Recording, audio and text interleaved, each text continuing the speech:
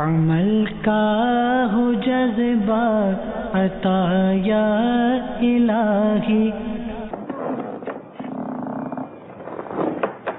اللہ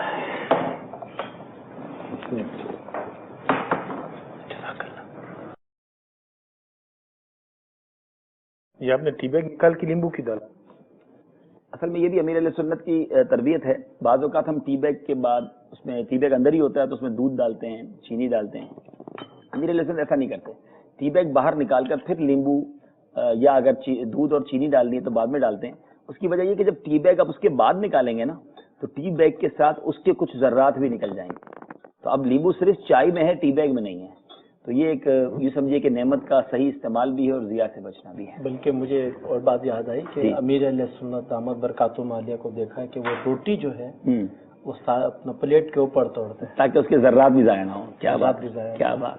even کہ مکہ المکرمہ میں ایک مرتبہ دیکھا نان آئے جس پہ وہ تل لگے ہوئے ہوتے. جی جی. تو امیر علیہ سنت نے بالخصوص ترغیب دلائی کہ ان کو سالن کے اوپر یعنی تھالی کے اوپر مطلب یہ توڑا جائے تاکہ تل جو ہے زمین پر نہ گرے. صلو علی الحبیب صلی اللہ تعالی علی محمد. مجھے اپنی اور ساری دنیا کے لوگوں کی اصلاح کی کوشش کرنی ہے.